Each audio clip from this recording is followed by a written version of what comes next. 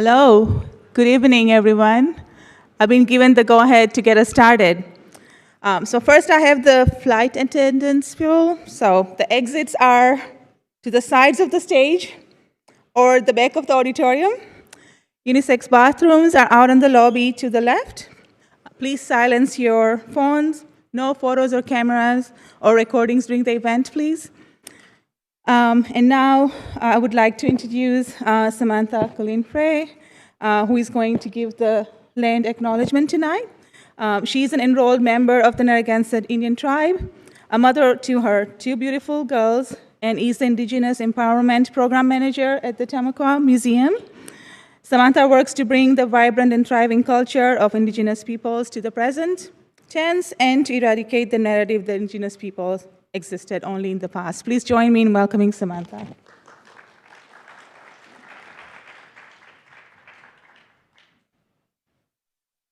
Two microphones, very special.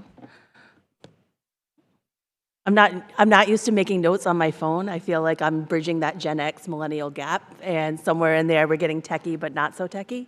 So Askawi Kwasin, Nitasui Samantha, Muninakan. Hello, how are you? My name is Samantha. When I got this topic for just good food, it immediately had me thinking about land. Land usage, land ownership, land stewardship, land development, and land back. It is an odd concept to be Indigenous and have to think of food as a system. As Indigenous people, it is in our lifeways to be stewards of this place, of this land, to cultivate, to grow, to have the foods, to use them for medicines, to be stewards, to make sure that it survives not only for those of us in this space and the animals and the people in this, the things in the ocean, but also for the next 7 generations. And what is it to look like for all of us if we don't start thinking about how do we sustain our systems in order to provide for not only those of us right now, but those of us to come. So when we talk about land acknowledgements, it's a mechanism that often is used to say, yes, this land was stolen, yeah, we're here now, and then we're done.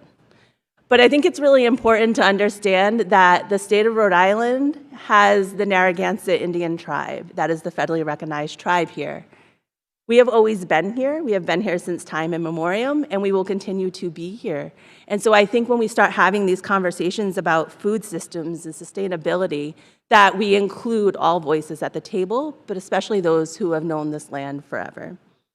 And I see that happening not just with food systems, but across the border here at URI in small ways and big ways. So if you didn't know, I work at Tamaqua Museum. I think that was in the intro. And we are building our new home here right down off of Ministerial Road. And so there's that partnership.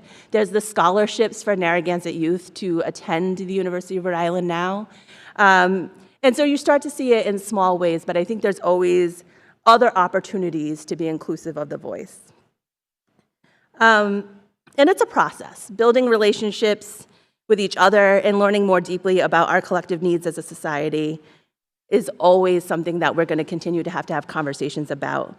So when we talk about just good food, we are truly creating equitable and sustainable systems that are resilient, and that's something that Indigenous people have always had to do through colonialism, through diet changes. There are things here that don't grow anymore that used to grow. There are new plants and new animals here that we didn't used to have, and ones that have gone away from us. And so I think having those conversations is important.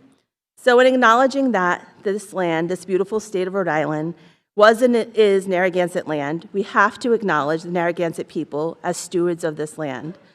And we have to make sure that when we're planning new systems, having conversations about access, use, the new blue economy, that we're inclusive of the original inhabitants here, and making sure that we're understanding that we're not separate from the land. As people, we are part of the land and all that comes from Mother Earth. And we take that stewardship of our land as Indigenous people very seriously. So I don't want to overtake my time because I can talk forever, and I was told it's 5 minutes. Thank you, Anna. And so Katavatash, thank you for having me.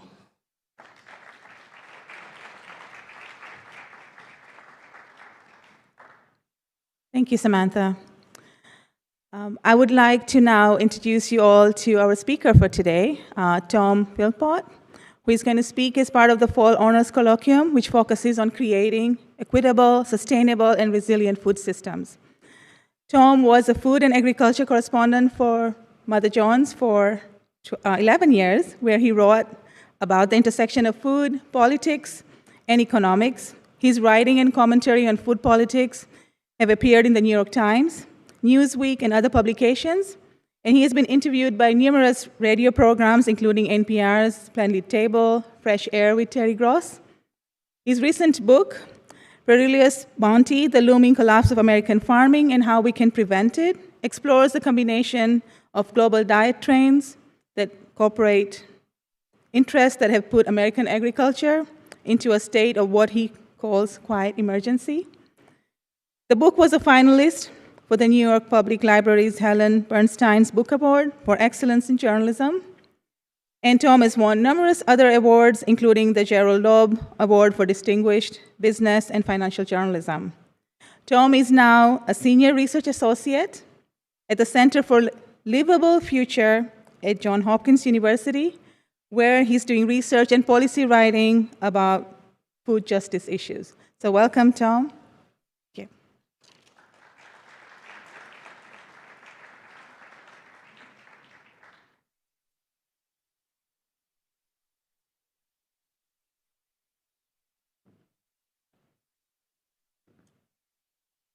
Well, thank you so much for having me.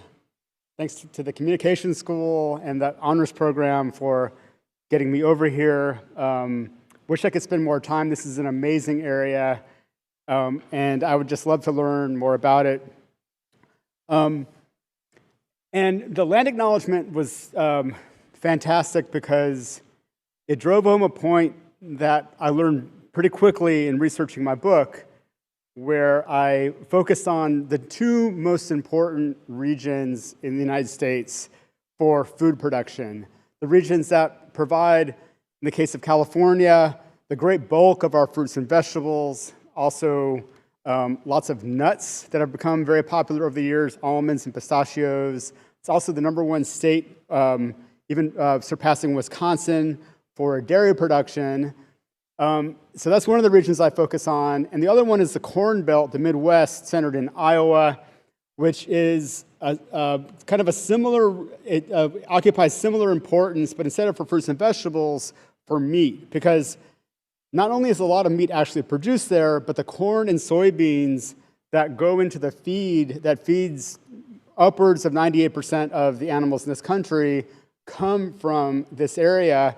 And what it has to do with the land acknowledgement is that both of these areas are unique ecosystems on the planet. California's got maybe the biggest Mediterranean climate on the planet, which is an ideal region for vegetable production. And despite what I'm about to lay out here, it also has incredible water resources for a Mediterranean climate. So it is a truly magnificent ecosystem, and the region where I focus on, the San Joaquin Valley, even more so for reasons I'll get into.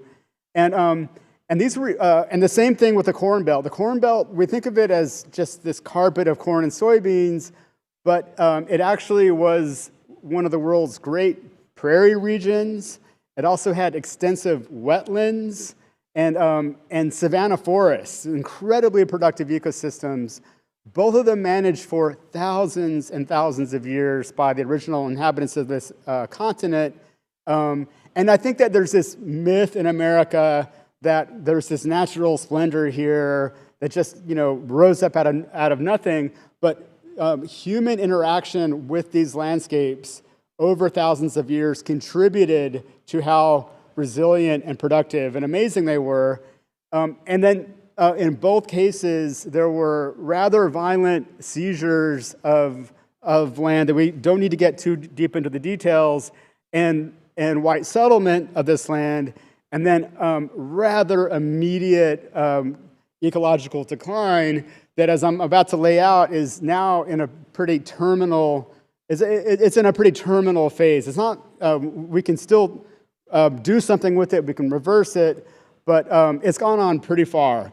And where I want to start this talk is in the San Joaquin Valley, sort of when the idea for this book crystallized. So the San Joaquin Valley is the southern part of the Central Valley. It's that long valley in California between the Sierra Nevada mountains and the coastal mountain range. And the San Joaquin is the southern part of that. So basically, like an hour north of LA, when you're going north and you leave the mountains, you enter this vast valley. And you know, now, of course, it is almost 100% farmed. You know, in the past, it had mighty rivers going through it that took the water from these mountains and, you know, gushed it down into giant lakes and a really huge, you know, river delta around San Francisco.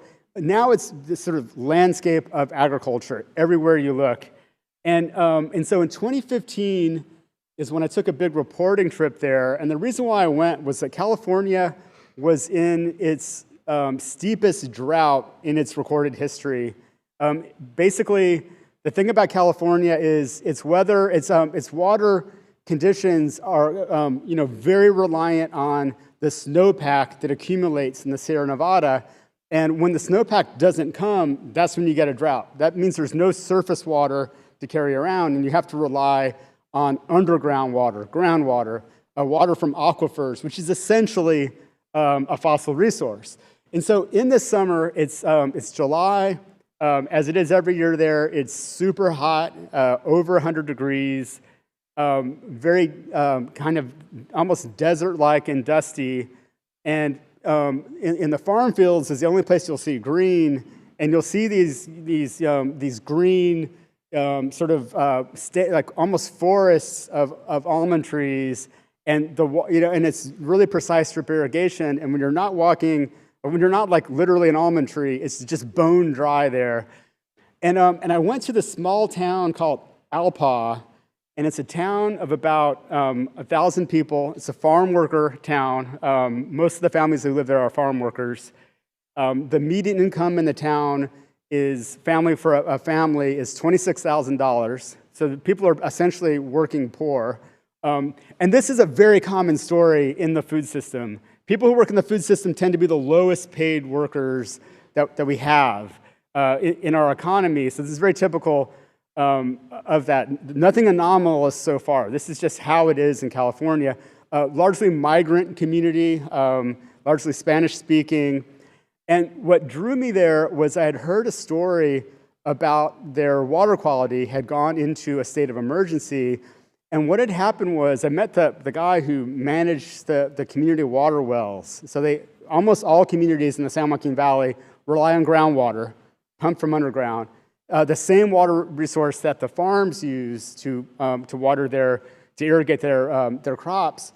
And what happened was the town has 2 wells, and the first well had the water level from this incredible amount of pumping being done by the farming interests had dropped to the point where the first well was essentially pumping air. The water level had dropped below it. So the water manager goes to the second well, and he does his obligatory by the EPA tests, and he finds that the water that it's drawing from a deeper part of the aquifer. It's farther down, so it has access to water, but the water coming out is tainted with arsenic. And now arsenic is a naturally occurring mineral in that part of the world, but what happens is that its concentrations are highest lower down in the water profile. And so as the water level drops and you're getting water from deeper and deeper, it tends to have more and more arsenic in it. So it's got arsenic significantly over the value, over the parts per million that the EPA allows. And that's for good reason, because when you're exposed to arsenic at that level on a daily basis, incidences of cancer, of heart disease, of birth defects rise up dramatically. And so with this guy, he had no choice. You know, what you do in that condition, in that situation, is you immediately inform everyone that this water is tainted. Please don't drink it. And he told me that it didn't come as much of a shock in the town. There's not a lot of trust in the water quality there. And people there were already buying bottled water. And so you've got people who make an income of $25,000 spending well more than $1,000 on bottled water. This is on top of their water bill to supply water for their families. And I found that fairly amazing. And then the day before I had gotten there, the governor of California had made an emergency drought announcement, and he said no one can water their lawns anymore. And hey, that's for a good reason. If you have a giant lawn in Los Angeles that's perfectly green, it's a ridiculous use of water. But for the people of Alpa, there's these small single-family homes with a little yard, and these yards, almost all of them had fruit trees. So these are people coming from rural Mexico, importing their sort of foodways, planting fruit trees, and supplementing their diets with fruit that they harvest from these trees. And they're being told, you know what, there's not enough water, you can't water your tree anymore. And already, there was already signs of stress in these trees because, people's water bills are really high, so people are already saving water. And now they're being told you essentially have to let them die. But the kicker of the story, and the thing that really just dropped my jaw, and I had already witnessed it driving around the San Joaquin Valley, but this water manager takes me 2 miles out of town, and he takes me to this giant, plantation field where they've already put in young pistachio trees, and so the scene is, it was post-apocalyptic. The sun is beating down, and it's just this blue sky. The earth is just caked dry, and there's these lines of small pistachio saplings coming up with drip lines on them, and so the water is very precisely watering those. And then there's guys, here and there dropping these giant wells, drilling down, essentially straws into the aquifer to pull water up, and the whole thing was completely unregulated. In other words, if you were a person who lived in that town, you were subjected to poisoned water that you couldn't drink or water your trees with. But if you were a landowner and doing agriculture, then basically the water, if you own the land, you can drop a straw and tap that water, and there are no restrictions. And so I'm just sitting here, sweltering in this heat, just thinking to myself, this is one of the most massive displays of just raw power that I've seen. These agriculture interests who have billions of dollars, there's this giant market for pistachios and almonds, not just in the United States, but they produce so much more almonds and pistachios than we can eat in the United States, that upwards of 60 to 70% of both these crops are exported.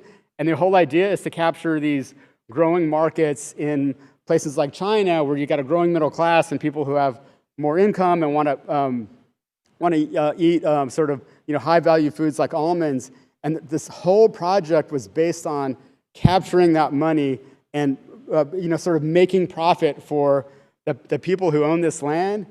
And sort of in that field, and as I'm coming home and I'm putting this story together, I'm thinking about that situation and a similar thing that's happening in the Midwest, in the Corn Belt, involving soil more than water. It involves water too a little bit, but soil more than water. And I was thinking, wow, both of the places that are most responsible for supplying us food are in a state of ecological unraveling, and also that spaces where this kind of agriculture alights is making the people around there live in misery.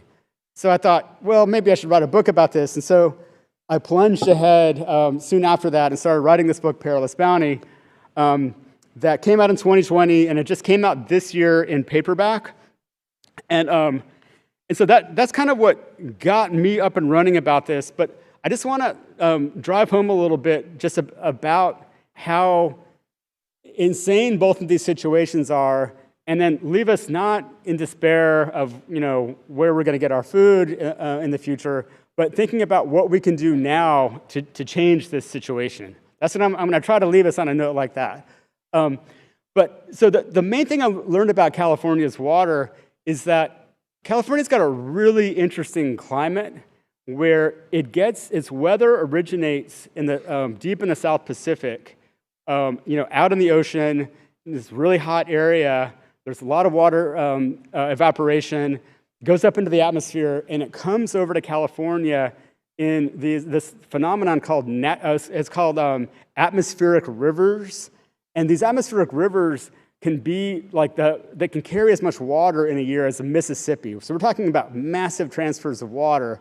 And what happens is that and what makes it a Mediterranean climate, I think, is that these storms, these atmospheric rivers, come in the winter, and then in the summertime, a high pressure ridge develops, and the rivers, these atmospheric rivers, are diverted north and south, and so you get much rainier regions in the Pacific Northwest and in some parts of southern Mexico, where California essentially is dry for most of every summer, and then in the winter, this precipitation comes and usually becomes snow and falls in the Sierra Nevada mountains. These mountains block this weather and capture this snow and melts it. And so basically, that is the entire basis of California's agriculture system, is capturing this snow melt, and they've, massive government investment in dams and in aqueducts and canals to divert this water into irrigation. And in the 150 years or so that America has had, in the first 150 years, I should say, I think that it became a state around 1850, and for the first 150 years or so of it being a U.S. state, California had relatively very calm weather. The snowpack materialized in a pretty predictable way. There were droughts, but they weren't too severe. And in this time, this is when the United States, the California government, and the federal government invested billions of dollars in putting in this infrastructure to capture the water, divert the rivers, essentially make the rivers disappear, and send this into agriculture. And so this industry rises up. It's incredibly valuable. There's a lot of money to be made. And then what happens is that basically everything gets weird around, in the 90s and into the 2000s, we start seeing these ever-recurring and steeper droughts. And what a drought is in California is that the snowpack just didn't materialize. And there's been a lot of science on it. And what the climate models tell us, and the paleoclimatological models that go back into the deep past and figure out what's going on, what they tell us is that California has always had wildly divergent weather, long periods of drought. Like when I say long, I mean hundreds of years of drought and massive, massive floods. And that this brief period of American occupation has been randomly pretty calm. And it looks like all of that is unraveling and that it's reverting to a much more wild and erratic mean, which is a pretty terrifying thing. And then you add climate change on top of that. And what that means is that you get more evaporation in the South Pacific, bigger storms, more fierce storms, but fewer of them. And so basically, if the storms miss that window in the winter, and you only have like 2 instead of 4 or 5, what you get is a massive drought. And that's happening more and more.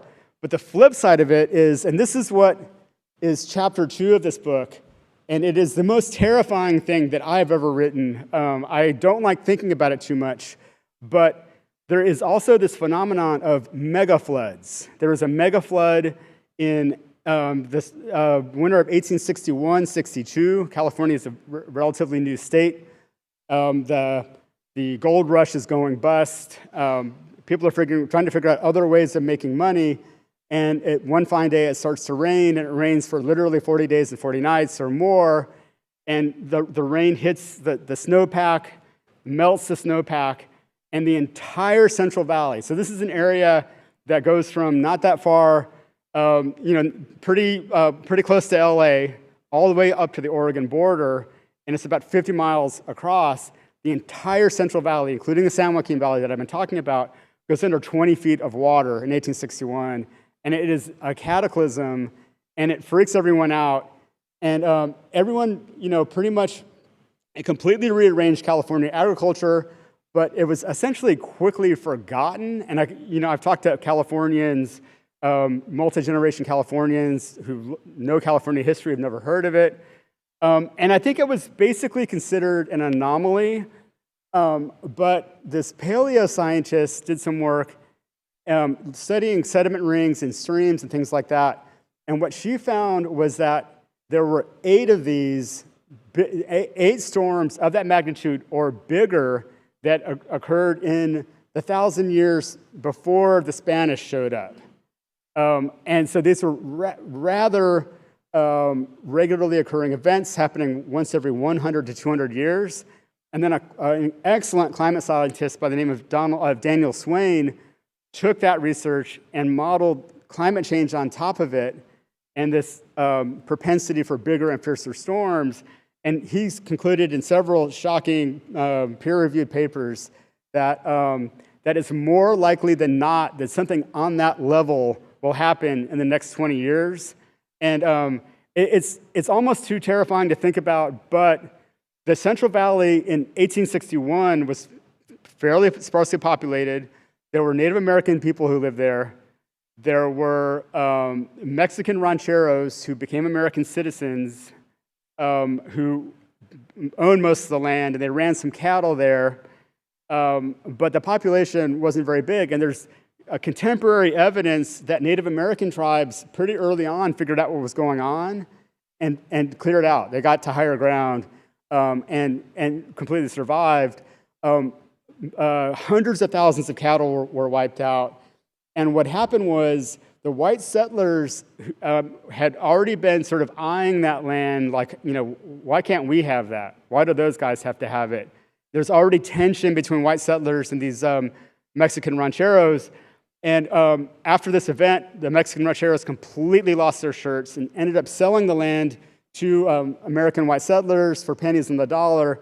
And they took it over, and they couldn't restock it with cattle because they didn't have the resources. So they started planting wheat there, and one thing led to another. They started figuring out how to capture the water, and they got the government involved. They got government aid in building the irrigation infrastructure, and that's how it became the vast agricultural empire it is today. So it did rearrange agriculture, but the point that really gets me is the Central Valley in 2022 has millions of people. The fastest growing cities in California are there, Fresno and Bakersfield and a few others. These are growing metropolises as people flee the Bay Area and LA. There is massive amounts of agriculture. Think of all the agrochemicals. Think of all of the pesticides. Think of all the enormous dairy industry. And a dairy cow today is way bigger than a beef cow was a couple of centuries ago. And there are many more of them. Think of the logistics of getting the dairy cows out. And if you don't get them out, think of the biohazard of millions of cow carcasses who perished in a flood. And there was actually a near, in 2018, I believe it was, there was a massive winter storm in California, and a dam in the region almost broke. They had to evacuate, I think, about 150,000 people. And the evacuation did not go well. The roads leading out became parking lots. People were fighting and stuff like that. But luckily, the dams held. So it's just a very, dire and dark situation if one of these floods happens. But even if it doesn't, what the science is telling us is that agriculture there has gotten so big and so ravenous for water that it is drawing down the aquifers at alarming rates. And ultimately, there's a race to the bottom of the aquifer happening where people's hunger for profit is just pushing them to keep on doing this. And there is for the first time in California as an American state history, in 2015, a law came in that tries to start regulating groundwater use and ends the idea that if I own this land, I can stick a straw in, even though the aquifers are contiguous and they don't respect land boundaries. The law was that if I drop a well, I can take as much water as I want. That has been slightly mitigated by this new groundwater law, but we're still in this period where we're going to have to figure out how to grow less food in California, and growing less food in California means growing more fruits and vegetables in places like Rhode Island. That's just a challenge that we're going to have to move away from relying so much on California. And I don't think it's going well so far. And when I wrote my book, we were in this awful drought, came out of the drought for a couple of years, and we're back in it. We're in a worse drought now than we were in the second half of the last decade. It's just a really dire situation. And my Alpa story is not even as shocking as the stories I'm seeing now, where entire communities are losing access to water at all. Their wells are going dry. Low-income people who have a private well, like there are hundreds of thousands of people in the valley in that situation, they're seeing their wells go dry as this race to the bottom of the aquifer continues. And it's not a situation that can sustain itself. And then just to really briefly move over to the Corn Belt, right around the same time I'm doing this work on California and sort of grappling with this, this massive problem, there was a series of really bad storms. This is like 2013, because I've been working on it for a couple of years, and these ideas were kind of incubating side by side. There's this really bad set of winter storms in the Corn Belt, so what happens in the Corn Belt, they essentially grow two crops, corn and soybeans, over something like 170 million acres, most of that concentrated in the Corn Belt. And they're both planted at the same time, like in the spring, and they're harvested at the same time in the late fall. And in between, the land is bare. You got two crops. Cover crops aren't really a thing there. They're trying to get them to take off, but they've so far failed. And so you've got bare ground between the harvest and essentially June the next year, because you plant the corn and soybeans, it comes up, it develops a canopy. And when it develops a canopy in June or July, then you got pretty good coverage. But until that time, you've got bare ground. And so these really bad storms come in, and they cause some flooding. But what really got me was this article I'd read in the agricultural trade press about this researcher at Iowa State who was documenting the erosion that happens in these events. Because what happens is when you get hard rain hitting ground, the soil goes on the move. And what happens is the water has to go somewhere, and it's not percolating down because the ground is so sort of bereft of organic material. It's got sort of this dry crust on top. It doesn't penetrate.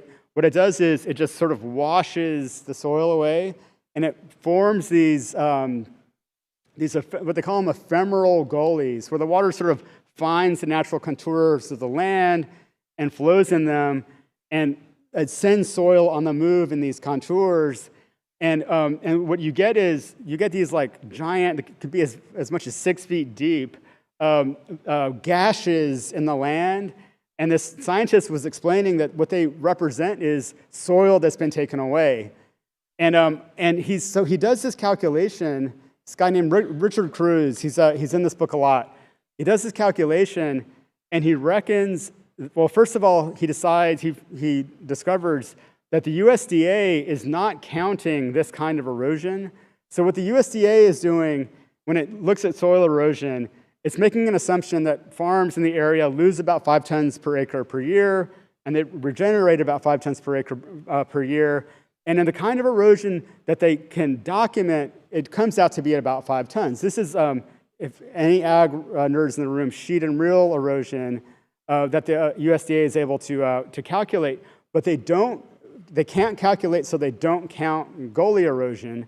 And so what Richard Cruz finds is that on average, you've got really terrible years like 2014 that are extreme, and you've got years that aren't so bad, but when you average it out over time, they're losing about 3 extra tons per year of soil per 3 tons per acre a year. And so now instead of losing 5 tons and replenishing 5 tons. Now you're losing 8 tons and replenishing 5 tons. So that's already pretty concerning. But Richard Cruz had one more adjustment to make, and he says that the 5 tons of replenishment it's these natural processes where rocks weathering underground and creating soil and interacting with organic matter, this natural process that there's no good research establishing 5 tons per acre as the number. And he says that the best research that he knows about that in the Corn Belt in Iowa, it's actually a lot lower than that and actually more like 0.5 ton per year. And so if you do the math, now you're losing 8 tons per year and you're replenishing 0.5 ton. You don't have to be a math major to figure out that's 16 times the rate of natural replenishment. And so now you go from a situation where, erosion, we basically solved that problem after the Dust Bowl, to erosion is really bad. It's happening right now. The Midwest is sacrificing topsoil. Like this water in California, it's a fossil resource. It builds up very, very slowly, and it's sacrificing it at an alarming rate. And once again, I go into depth in the book about this vast array of economic interests that benefit from this. If you are selling pesticides and seeds and fertilizer to the farmers doing this is great. You're just you're making money hand over fist on this operation. And if you're buying the corn and soybeans at this very cheap price because there's so much of it, it drives the price down, and you're turning it into meat, you're taking really cheap corn and soybeans and turning it into meat or high fructose corn syrup or ethanol or these higher value products, this is a great situation for you as well. But for us who rely on this area, for this country, and for the part of the world, other parts of the world that rely on it, we are consuming this vital resource and we don't even know it. And then the question comes up of, well, what about the farmers? Why would they do that? And I think it's a really good question because the farmers, as I lay out really carefully in this book, they don't make out very well from this situation because everyone's growing the same thing. They're in competition with each other. And so what I want to do is I'm a farmer and we're all growing the same thing. We're all growing corn and soybeans, and there's a certain price for it. The only way that I can make more money is to grow more of it. And so I add more fertilizer, I add more pesticides, I buy fancier seeds, my yield goes up. But you do the same thing and your yield goes up. This other guy over here does the same thing and his or her yields go up. And then all of a sudden you got more corn and soybeans and that drops the price. So my rational decision to grow more is fine, but when everyone else is making the same decision, I'm on a treadmill. And a very few companies control, 3 companies control 70% of seeds and pesticides in this country. 2 or 3 companies are the main buyers. So when you're selling your corn and soybeans, you've basically got 2 or 3 customers, Archer-Daniels-Midland, Cargill, a couple of others. And so you're squeezed in the middle of this, and it's a riddle. Why do farmers do this? Why do they stay on the treadmill? And I have to say, I didn't really figure it out for this book, but I think I have since that time. And so if there's ever a second edition, I'll get this in there. And that is that farmers are compensated. Oh, and we should just get in there that most of the profits farmers make in this situation that's so where you got such tight economics is from government subsidies. Basically government subsidies make up the difference. There's a lot of money losing years, and the government subsidies come in and say you're not losing money if your expenses rise above your revenues because the government's making up the difference.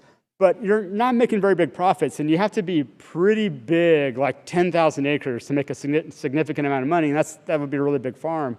But the way that farmers are compensated and what keeps them in the game, I think, is that their land prices keep rising. There's been this massive boom in farmland prices in California and in the Midwest. So if you're a farmer in that situation, maybe you realize this is a terrible business. I'm just growing these soybeans, they're getting taken away, I'm barely making any money, and it's a government check, and maybe I'm a right-winger who doesn't believe in the government. It sounds like a terrible situation, but the land under your feet is continually appreciating in price, and you can take that and leverage it for loans. You can take a loan out to send your kids to college. You can buy a tractor against it, and you can have a pretty nice lifestyle based on it, knowing that you're building family wealth and that you can always sell off some of it. And that's basically, and there's been a massive shakeout of farmers. The number of farmers in the Midwest has plunged, but the ones who are sitting on the land are sitting on massive amounts of wealth. And I think that's what keeps them in the game. But the really dire part of that is that young people who want to go into farming, who maybe want to try something different that's less environmentally destructive, are essentially kept out of the game because the prices are so high. And so you get stuff like, Bill Gates wanting to diversify his portfolio of investments, and there's this great opportunity, invest in farmland. It's been going up, 5 to 10 to 15 to 20% a year for half a century.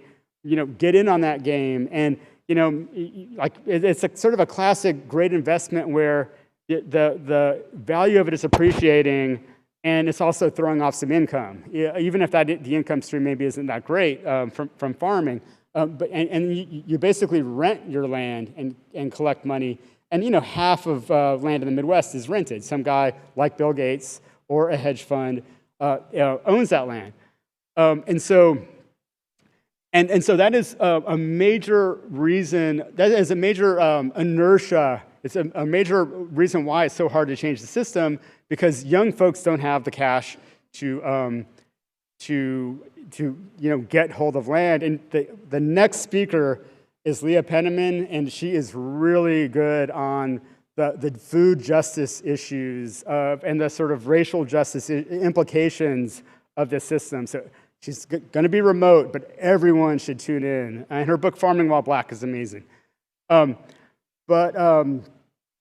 so that's the situation in the Corn Belt. And so the Corn Belt cannot sustain, it cannot keep losing topsoil at this rate.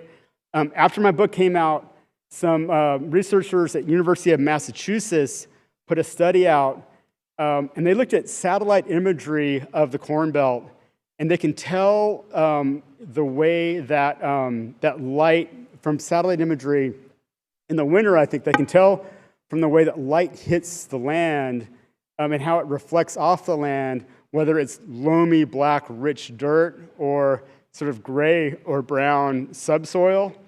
And what they found was that already 30% of the Corn Belt's topsoil profile has withered away. It's eroded away. It's gone, and it's not coming back. And if you overlay that with Rick Cruz's work about how we're losing it at 16 times the pace of replenishment, we're looking at a disaster in the Corn Belt. Now, they're able to maintain yields. They pump it so full of fertilizers and chemicals that they're still getting really high yields off of that. But that treadmill is eventually going to run out of steam, because without actual topsoil, you need some of it. And so this meat production machine that we've built up in the Corn Belt is just as fragile as this vast vegetable production, fruit and vegetable and nut production machine that we built up in California. And so we are now done with the really dire part of the presentation. And it is rather perilous bounty that we do have on our plates. If you look at a typical American plate that has meat on one side and vegetables on the other. And I just should dispense with a couple things, like regarding vegetables in California. Well, people will say, well, okay, that's really terrible about California, but hey, can't we just import our way out of this? Can't we just continue import more fruits and vegetables from other parts of the world? And actually, that has some validity. We have been importing more fruits and vegetables in recent years. Mexico is a big source of fruits and vegetables, and so is Chile and a couple of other countries, and these numbers are on the rise. But if you look at these regions where they're producing enough, they're producing fruits and vegetables at scale high enough to make it to our supermarkets, these regions are also having their own severe, dire water problems. In fact, a huge part of Mexico's production happens in Baja California, right below California, and they're having a similar set of issues. Let me just put it like that, with water there, and it's not getting any better. The region where we get fruits and vegetables from Chile has been ravaged by droughts in recent years. There's no part of the earth that can produce fruits and vegetables at that scale that's going to make up for California anytime soon, and probably never.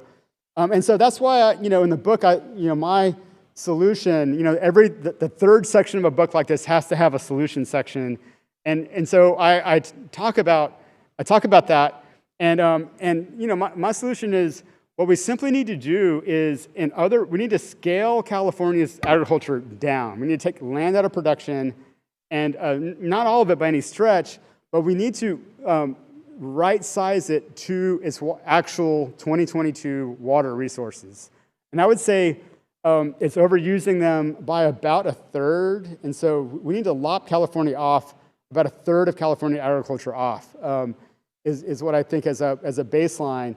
And that does not mean that we have to starve or stop eating fruits and vegetables.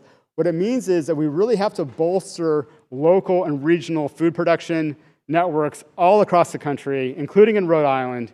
That means we have to figure out ways to support farmers, including Black and Indigenous farmers, to get onto land and have a shot at making it. We need to figure out what resources young people need to start farming in these regions. And there's all sorts, people say, well, how are we going to get, lemons in December in Rhode Island? Well, maybe you're not going to have lemons, but what you can have with simple and not very expensive season extension infrastructure like greenhouses and hoop houses and things like that, you can extend the season and go deeper into winter with fresh, and maybe even all winter. There's a farmer up in Maine named Elliot Coleman who's figured out a system, a very sort of low-tech system for churning out food like carrots and greens and stuff like that in Maine all winter long. And that, that means maybe a little bit less for everybody, maybe it's a little bit more expensive. We have to remember that it's an incredibly unequal country. There's a lot of inequality. We need to have food aid for people. We need to have resources for people to make them be able to afford it if it's too expensive. But we can do stuff like that all over the country. In the Corn Belt, fruits and vegetables would only ever be a marginal. They need to diversify their agriculture in the Corn Belt. But fruits and vegetables can only ever be marginal for the simple reason that you can, on just a very little bit of land, produce a whole lot of fruits and vegetables. And there's this researcher I quote in the book from Iowa State University who did the math, and he calculated that in the growing season, let's say March until November or October in the Corn Belt, if you devoted a couple of 100,000 acres of land, you could essentially make the entire Corn Belt self-sufficient in a list of vegetables that includes like onions and garlic and kale and broccoli and carrots and a bunch of, not everything, but a whole bunch of really high-quality vegetables. The Corn Belt, and this includes metropolises like Chicago and the Twin Cities, and there are big cities in the Corn Belt. The whole thing could be self-sufficient in vegetables for a few 100,000 acres, and just for scale, a typical Iowa county has that much land. Now, you wouldn't want to make one Iowa county your giant vegetable factory. You would disperse it around, it would go from maybe 10,000 acres now to 300,000 acres. The entire Corn Belt could be self-sufficient. And then with these tweaks of season extension infrastructure, you could go out of the growing season. So there are all kinds of solutions like that. And in terms of, so if vegetables can't be the answer on the Corn Belt for diversification, the answer there is pretty simple. It's just diversifying away from corn and soybeans. And I kind of profile a great farmer in here named Tom Franson, who's in Iowa, and he simply started growing, he added winter rye to his rotation, and he's got hogs and cattle actually on the farm, not in these giant feedlots that just cause pollution. And he is with his winter rye, he's able to keep more than a third of his land covered in winter with a living crop. He plants some cover crops on the other acres, and he's got his land basically covered all winter for when these storms come. And I should mention that these winter storms, because of climate change, the weather in the Midwest originates in the Gulf of Mexico, which is another really hot place that's getting hotter, and the storms are getting way more fierce and more often, and these winter storms that are sending all this soil on the move are happening with greater and greater frequency. And that's been documented in various climate studies. And so it is desperately necessary to figure out a way to cover a lot more of the land in the Midwest in the off-season. Other things you can do is grow pastures and bring animals out of these giant factory feedlots and put them back onto the land.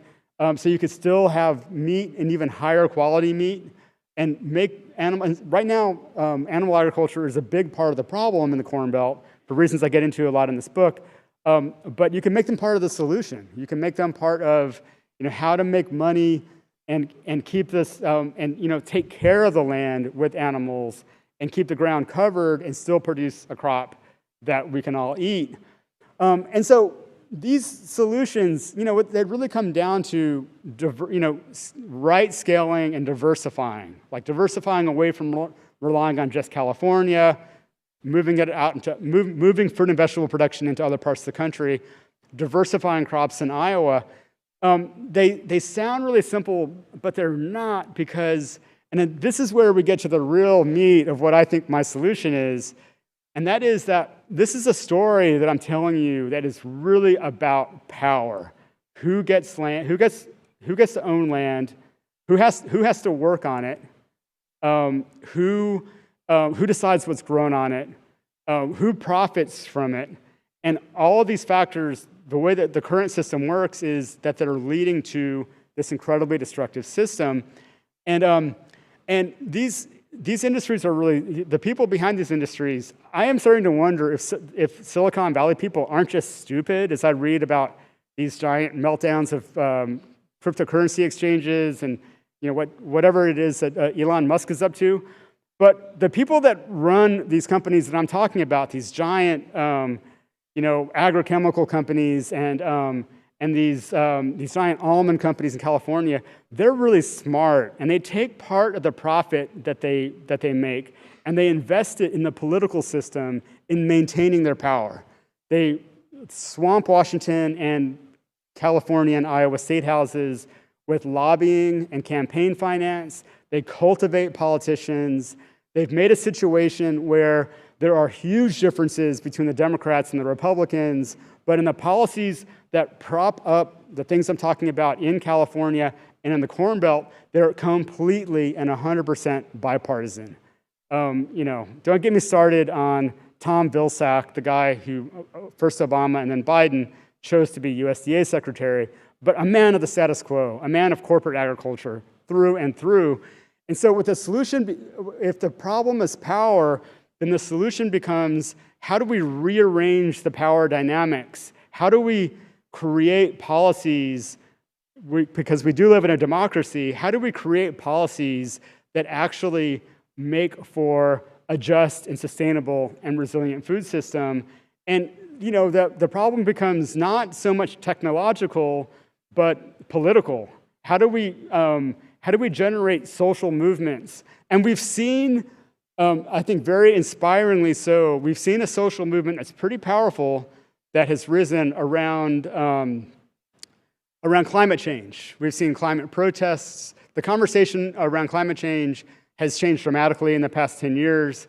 And a lot of that is because there has been a climate movement of young folks, like some of the people in this room, just realizing that we have been handed this really unstable planet, and we know why, because we're burning so much fossil fuels, and we're demanding change.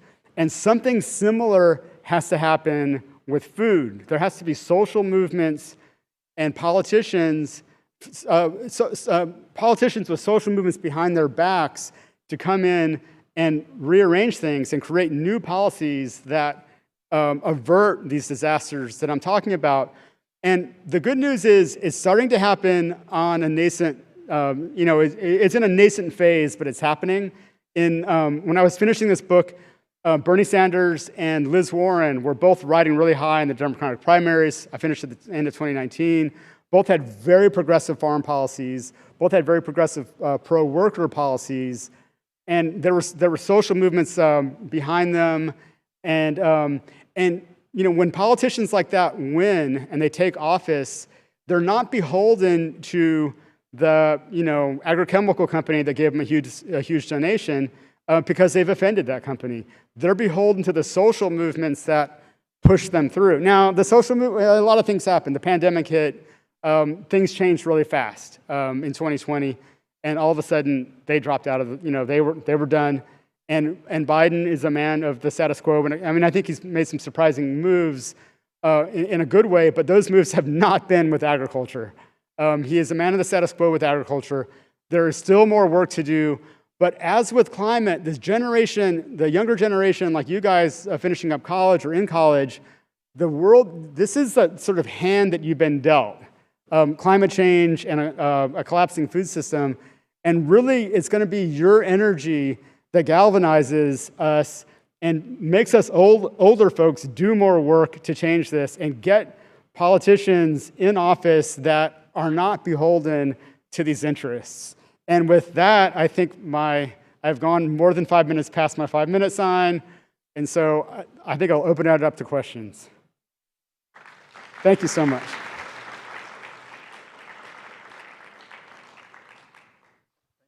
Thank you so much. Questions? Patrick. Thank you so much for that talk. It's always great to get the kind of big picture view of a lot of these things.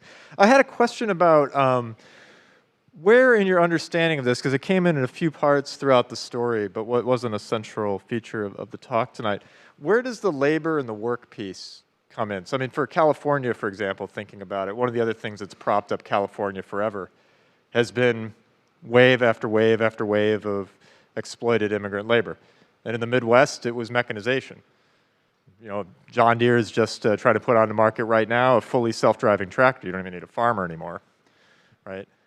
So thinking about that labor question, where do you feel like the work comes back into the picture? That's a fantastic question, and I wish I had been able to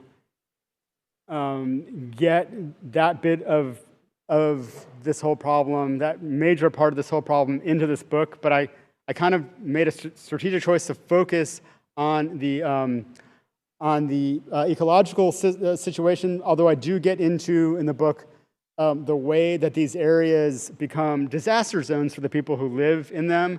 And the people who live in them are also the people who work in them. And so I think that, it's just this really kind of Gordian knot that our society is in, where we kind of made our politician, our political class made this decision half a century or so ago that we're going to have cheap food, that we're going to, essentially move people off of farmland. We're going to consolidate farms, and we're going to completely disrespect farm labor. We're going to make farm labor as miserable as possible. We're also going to make meatpacking work as miserable as possible. In the wake of the Jungle, the 1903 book, one of the things that it did was it helped spark a wave of unionization in meatpacking plants. And in the post-war era, not long after, in the sort of great American boom, post-war boom, meatpacking workers were essentially manufacturing workers. They tended to be unionized, and their wages were very close to factory workers. And it was a middle-class profession. And with some very dirty union busting in the 70s and 80s, and also with a move from urban areas to rural areas, they were able, so direct union busting in the case of the Hormel plant in Minnesota, but just also this shift away, meatpacking goes from urban areas like the famous stockyards of Chicago to rural areas. And so when you start a new plant, it didn't have to be, the new plant wasn't unionized. They worked really hard to stop unionization. And so unionization is way down and essentially non-existent in poultry. And now meatpacking workers make a fraction of the money that manufacturing workers make. And the injury rates, even the official numbers, are among the highest, but they are way undercounting, especially, repetitive motion injuries in meatpacking they're just endemic. I mean, if you work in that industry, you've got carpal tunnel or something like it. And basically, in violation of OSHA, people are destroying their bodies at work every day right now in meatpacking plants. And that is just more of the same, where these companies have so much political power that they're able to essentially defang OSHA and impose unsafe working conditions on their people and on their employees. And that was completely exposed in horrifying fashion during the pandemic, when hundreds of meatpacking workers died, thousands were sickened, and meatpacking plants in rural areas became a vector for the spread of COVID. If you take 2 rural counties, a lot of research went behind this. One has, a certain percentage of people, let's say 20% of the population works in meatpacking plants, the other 0. The COVID rates were way higher in the meatpacking counties. And so it was escaping the plant, getting into the community, and just sort of fueling this pandemic. And so I think workers are at the very center of it. The worst paid jobs in the country are in the food system. And I think this bargain, this policy, this cheap food policy was actually incredibly effective, because wages start to stagnate in the mid-70s and 80s. Like, median US wages don't grow very fast. They're not growing as fast as productivity growth. And so you got a population that could be pretty restive, except that a lot of the things that they're buying are getting a lot cheaper. So if you're flooding the world with cheap food, you can get away with paying lower wages. If you're able to get cheap electronics from places with lower labor standards, and so people can have big TVs, then you can get away with paying lower wages in the United States. And that's something that happened in the sort of neoliberal era after the end of the post-war boom, is that you've had stagnating wages, but this attack on labor that's made things like food and electronics a lot cheaper. And I think that we absolutely have to, I think supporting unions, there's been a lot of activity around unionization, and in right-to-work states like the entire American South, where it's essentially impossible to form a union, where a lot of poultry production and farm work is concentrated. I think supporting stuff like the Coalition of Immokalee Workers, which is a fantastic workers group. It's not officially a union, but it's a worker-led organization that's defending tomato workers from, incredibly substandard housing conditions, violence on the job, at times modern-day slavery, where people are essentially indentured servants who, there are cases of people in that area in the past 20 years, and actually more recently than that in Georgia, actually last year in Georgia, cases of people chained to mobile homes at night to their housing. They can't leave, having their wages stolen. And so I think the labor question is absolutely central. And I think the answer comes down to supporting workers' movements, supporting unions, and realizing that people who have a little bit of extra money are probably going to have to pay more for food to revalue labor. And we're also going to have to fight for policies that redistribute wealth to people who don't have very much money, because food is probably going to get more expensive. And it would just be yet another tragedy if that increased hunger in America. There would be no reason for that. But I think you're absolutely right, that the labor question has got to be central.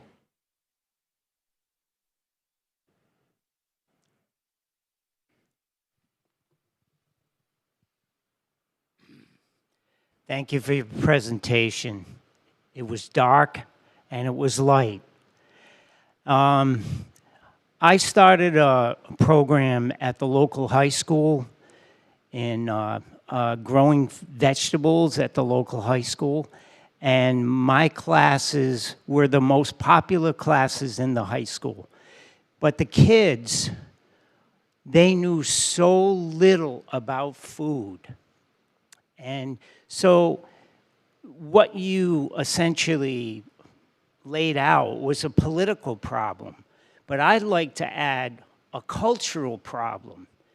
The culture, we have so many distractions. We're distracted by electronics, we're distracted by materialism, we're distracted by our isolation. And food, and it's an educational problem. When I went to URI in 1969, they started dismantling the agriculture program in here. And they started building turf farms.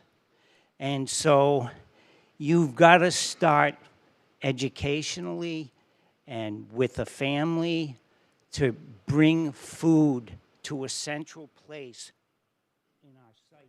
Yeah, I want to agree with that, and I think that it's another one of these things where we kind of know the answer, and you kind of alluded to it in your comment, and that is that we have a lot of pilot projects and projects here and there across the country to take food in schools and take it from this thing that you literally get. This is something that just shocks me to hear. You literally get lunch hours, quote unquote lunch hours that are 20 minutes. They're bringing kids in. They're slopping out this really industrial stuff, and that they're teaching them. Schools are the public institution that catches most kids in this country. I know there's a lot of kids in private schools that have higher resources, but so many kids go to public schools, and this is our public way of telling them what food is. It's some kind of like dinosaur-shaped chicken nugget to be slapped on a plate and consumed as fast as possible so you can get on to do something else. And obviously food, you can use food as a didactic tool in so many ways. You can teach about science growing food. You can teach about science cooking food. There's food history. It's such a tangible thing that's a part of our lives. And I think that, I have a lot of problems with Alice Waters, famous Berkeley chef and restaurateur, but she's got a pretty amazing idea about just sort of reinvesting in school gardens and putting food education back into the curriculum. And I think it's really important because we're many generations now into this world where for just a lot of people, food is this fairly industrialized thing. It's a lot of heat and serve and a lot of fast food. And this is and it's reinforced in the school system. But breaking out of that, I think, will require exposing kids to fresh food in schools through programs like the one you're talking about, school gardens. And it's something that, if I were the education czar of the United States, which no one would ever make me, that's something that we would definitely be doing. We would definitely have school gardens, and we would have cooking classes in schools. We'd have kids exposed to all different kinds of foods and all different, it's a great way to learn about different cultures.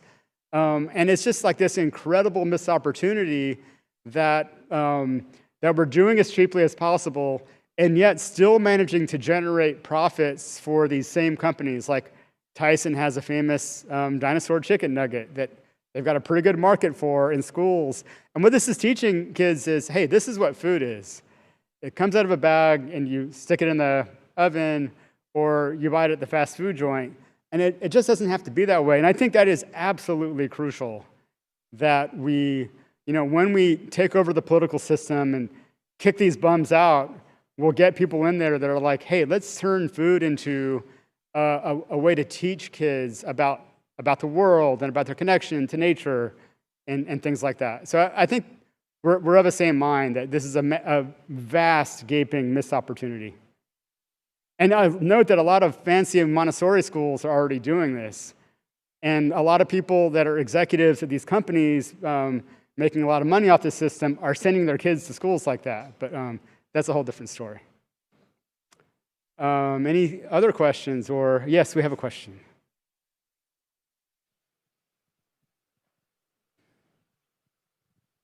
Hi, thank you for a great talk. I just wanted to know, how is your journalism permeating mainstream? Because if we want to adopt a new revolutionary status quo, it has to reach the mainstream media outlets and not turn into some plot like Don't Look Up. I was having a little trouble hearing. How does my journalism? How is your journalism permeating mainstream media outlets and not, to adopt a new revolutionary status quo? So how is the stuff I do, and let's say Mother Jones, how is it permeating out there into the media? I think that I started writing about this stuff like in 2005.